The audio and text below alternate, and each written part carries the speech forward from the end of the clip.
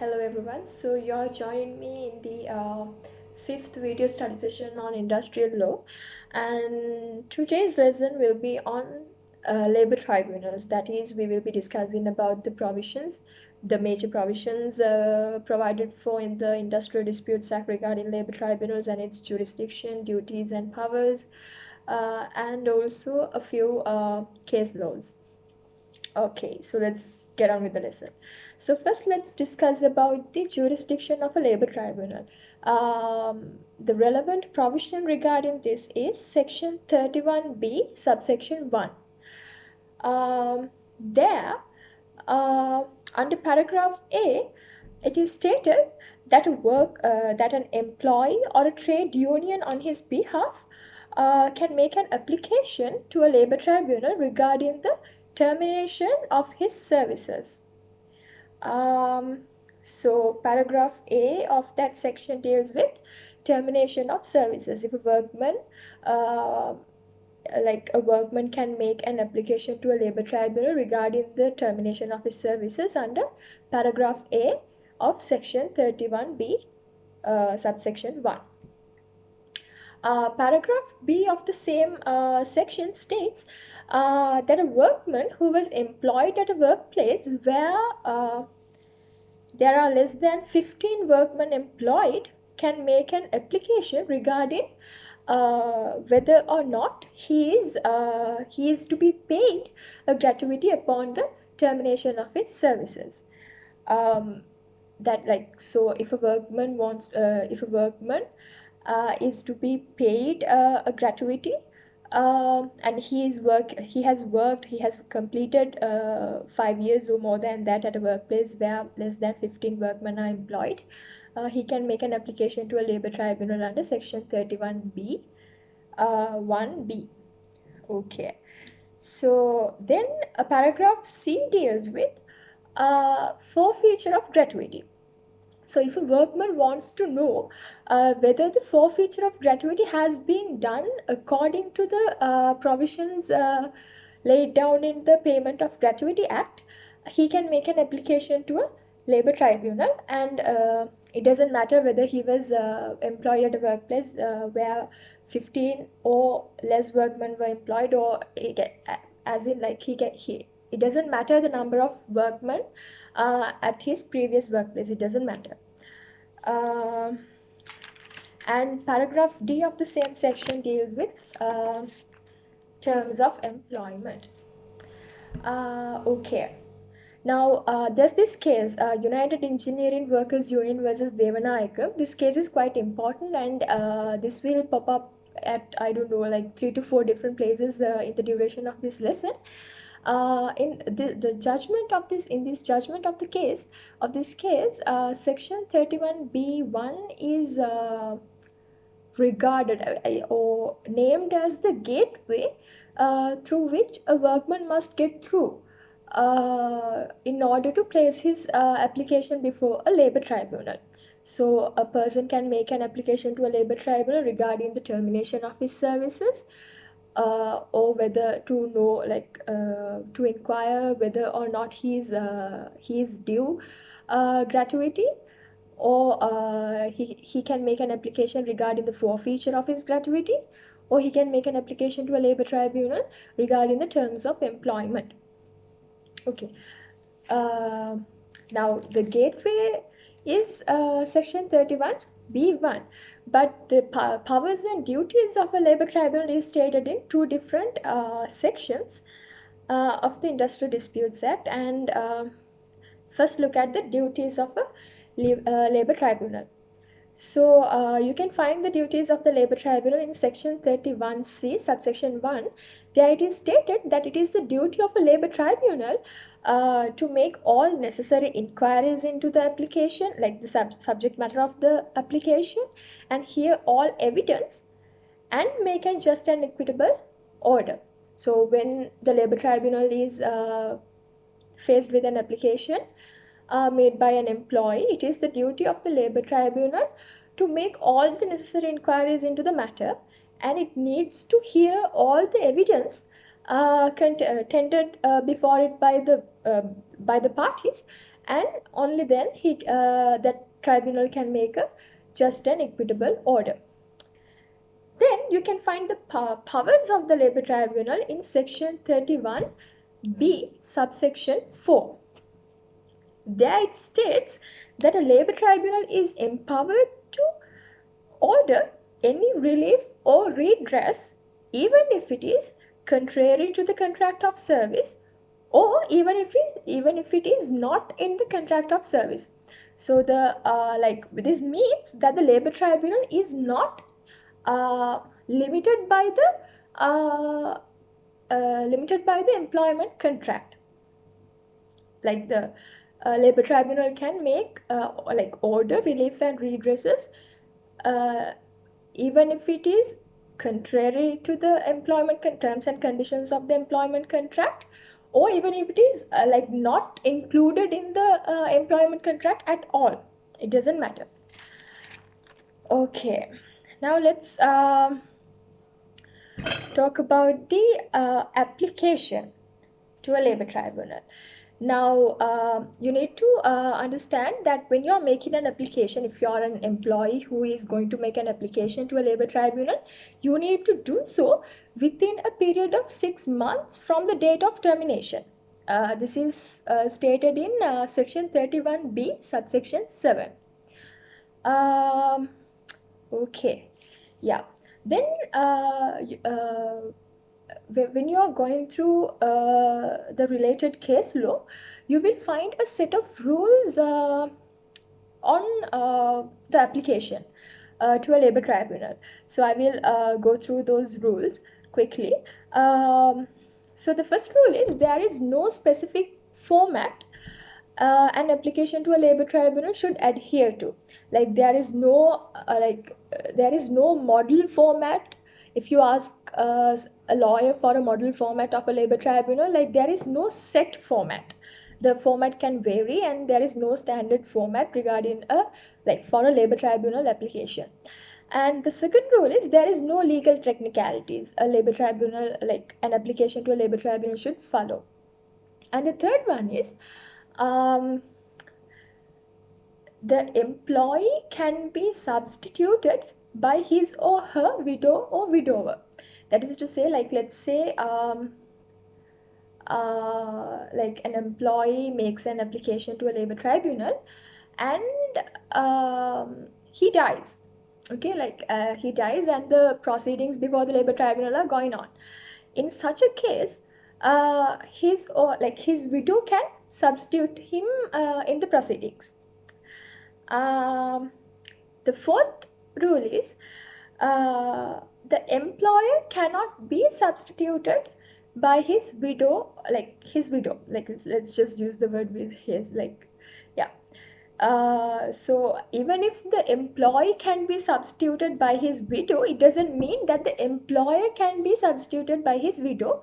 No, he can be substituted by his heir. That is the fifth rule.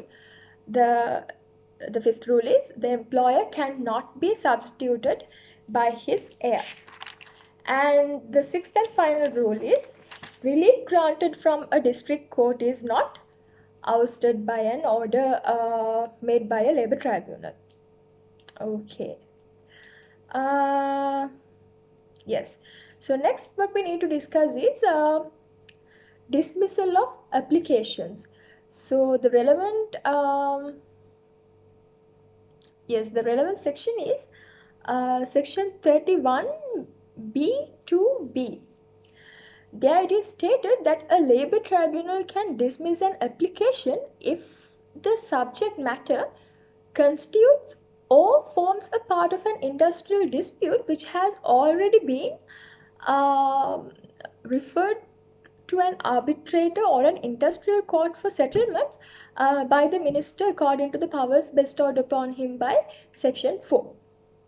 So an example would be, let's say there's a group of 10 employees whose services has been terminated, and the union these 10 are a part of has started a strike action, and the minister has referred this dispute to be settled by arbitration. But one of the employees of this group of 10 whose services has been terminated goes before a labor tribunal and make an application. In such a situation, the labor tribunal dismisses the application because it is a part of because this same matter is pending before an arbitrator. So in such a situation, the labor tribunal will dismiss the application. Okay. Um, then yes, you need to if you read the section 31b subsection 1 paragraph a again, you will see that the word the word wrongful is not mentioned there. Like we discussed earlier about this section deals with the termination of services of workmen. Like an application can be made to a labor tribunal regarding the termination of services of a workman under this section. But in this section, it only talks about the termination of services, not wrongful termination of services. So because of this, in the judgment of United Engineering Workers Union versus Devanagam, it says because of the omission of this word in section 31b 1a, a workman can apply to a labor tribunal even if his termination was not unjust or unlawful. I mean, like if I am going to I have been terminated, my services has been terminated for disciplinary reasons, and the employer is justified in doing so, but still I can go before a labor tribunal asking for relief. That is because of the omission of the word wrongful in section 31b 1a. Also, in the judgment of Independent Industrial and Commercial Employees Union versus Board of Directors, CWE Colombo, it says what the LT looks into is whether the termination is justifiable, not whether the termination has been made according to the employment contract. So there again, it's similar to what the judgment of Devanagam case says. Okay, now let's talk about the word due in section 31b1b.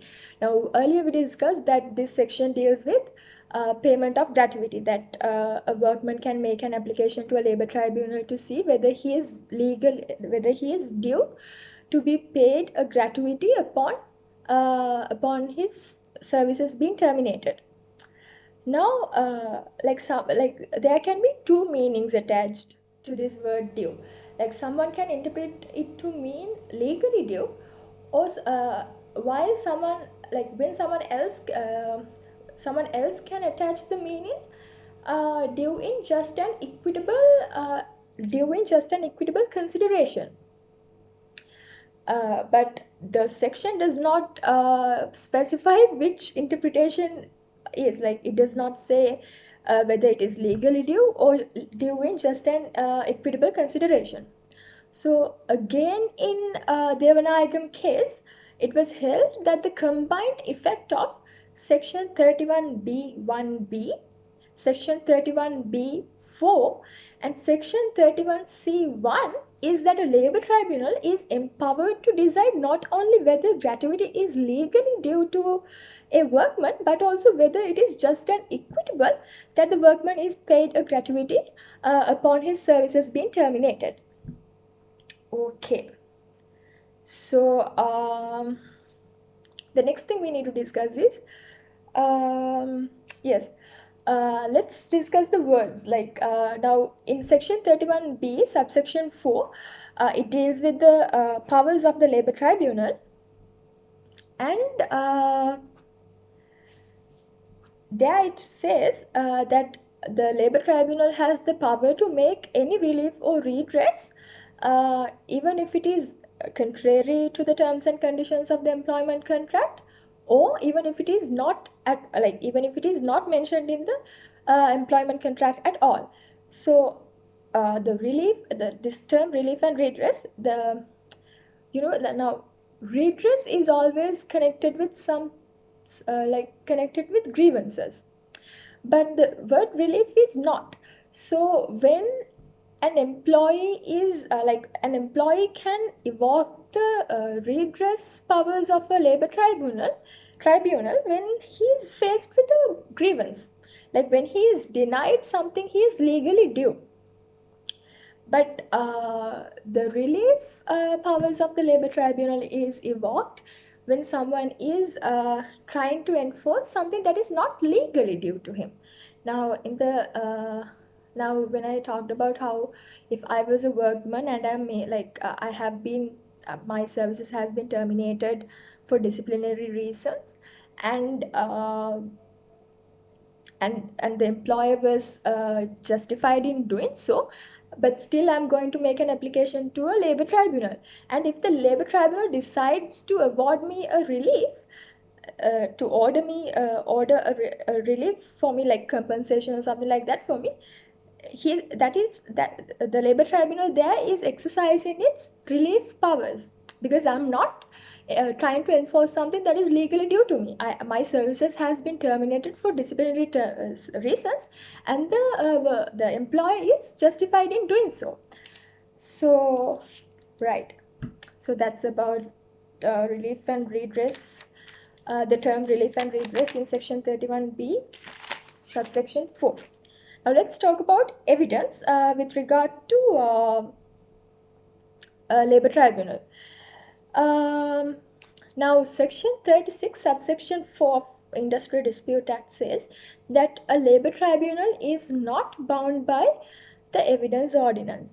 But like there's only two things you need to remember regarding evidence. Now the first thing is the labor tribunal is not bound by the evidence ordinance, but it cannot ignore all the rules of evidence in the guise of making a just and equitable order. This is stated in Jayasuriya versus Sri Lanka State Plantation Corporation. So, like making a just and equitable order does not mean making an order that is always favorable to the employee. So, like let's say there's a positive evidence that points there's evidence that is not favorable to the employee, but just because it is not favorable to the employee, the labor tribunal cannot turn a blind eye to those evidence. It needs to take into account, like those evidence also needs to be taken into account by the labor tribunal. And the second thing is the standard of proof required is on a balance of probability. Yes, also in Somavati versus Paxton textile case, that it was stated that a labor tribunal can act on confessions unlike courts. Yes. Now let's talk about the alright, now that's about it on evidence. That is like two things you need to know.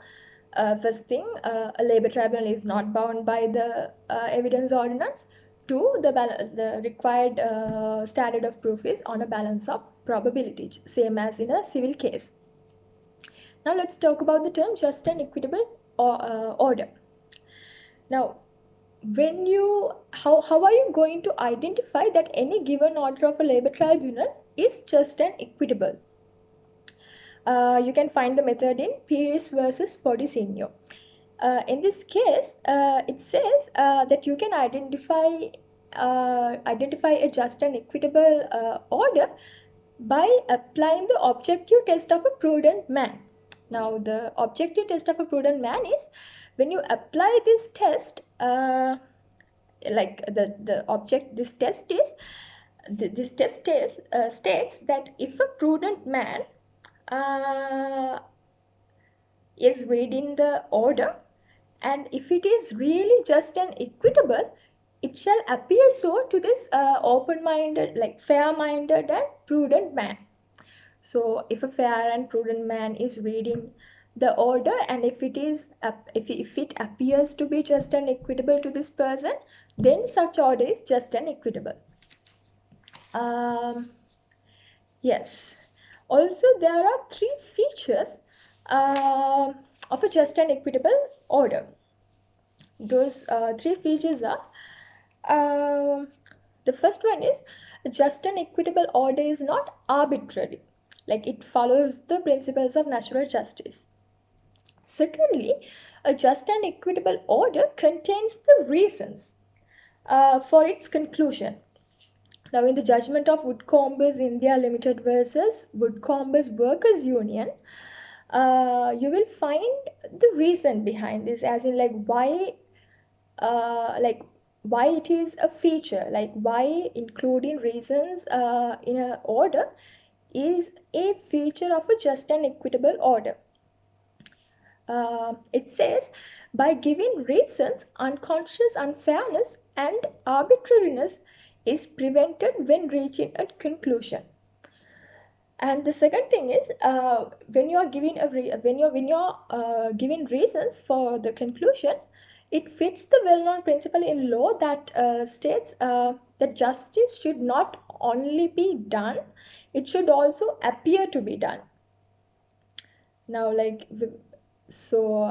this means is, like, when you give out the reasons for the conclusion in the order, when a person is reading that, and like if the reasons are not arbitrary, if the reasons are fair, this man knows that it appears to him, okay, justice has been done. It has not, like, justice has been done. Okay, yes. The last feature is the third and last. The third feature of a just and equitable order is, it serves the public interest. Now, in the Nakia Dinya Group versus Lanka Estate Workers Union case, it was stated that when making a just and equitable order, one has to consider interests of the employee, interest of the employer, and also wider interest of the country. Yes, so we talk. Okay, now those are the three features. The first one is, a just and equitable order is not arbitrary. It follows the principles of natural justice. A just and equitable order contains the reasons for its conclusion. And the last one is, a just and equitable order serves the interests of the public. Okay. Okay, let's quickly discuss two things. Now, let's say a workman goes before a district court for the term, because of the termination of his services. He claims there that the termination of his services has been done in contravention of the employment contract. If it is proven in the courts, what he gains is damages for the illegal termination. Okay, but if he goes before a labor tribunal and makes an application for the termination of his services, he will be ordered reinstatement or compensation. So that's the difference between the court system and the labor tribunal. Like, when you go to a court, when you go to the district court, you will be given damages for the termination. But if you go before a labor tribunal, you will be given reinstatement or compensation. Also, you can make an appeal to the High Court on the order on an order made by a labor tribunal regarding on matters of law. Also, if you're given leave to appeal from the High Court, you can make an appeal to the Supreme Court. Yeah, so that's about it. Yeah, we've discussed all the the entirety of the lesson. Yes, now all we've left to discuss from the Industrial Dispute Act is the industrial courts, and that is a small lesson, and we will do that in the next video study session. So thank you, and goodbye.